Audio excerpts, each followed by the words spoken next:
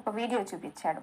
బండి మీద వెళ్తూ వెళ్తూ పగటిపూటే పక్కన ఒక పోల్ ఉంటే అది సైడ్కి వెళ్ళేసి దాన్ని గుద్దేశాడు. ఎందుకు అట్లా జరిగింది అంటే అతనికి కంట్రోల్ చేసుకోలేనంత నిద్ర వచ్చింది. ఆ విషయం ఆయనకు తెలియని కూడా తెలియలేదు. సో నిద్రపోయి అట్లా యాక్సిడెంట్ చేశాడు అనమాట.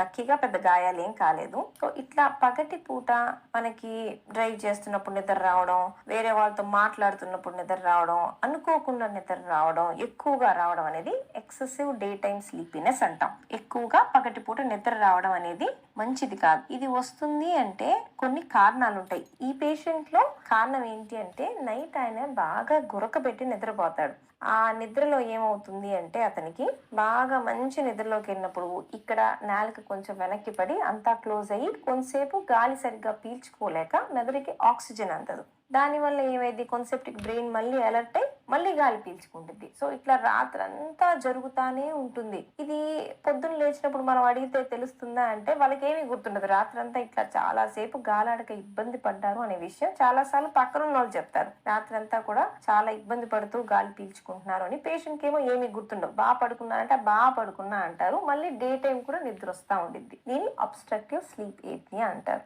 ఈ పేషెంట్ లో కూడా అదే జరిగింది. రాత్రంతా ఇట్లా ఉండడం వల్ల డే టైము ఇబ్బంది అనేది జరిగిందనమాట. సో ఇట్లాగే కాకుండా ఇంకొన్ని కారణాలు ఉంటాయి పగటిపూట నిద్ర రావడానికి. కొన్ని రకాల మెడిసిన్స్, మానసిక ఇబ్బందికి సంబంధించిన మెడిసిన్స్ కానీ, రాత్రి సరిగ్గా నిద్రపోని వాళ్ళు కొంతమంది స్లీపింగ్ టాబ్లెట్స్ వేసుకుంటారు, ఆ మెడిసిన్స్ కానీ, వీటి వల్ల కూడా డే టైం నిద్ర రావు.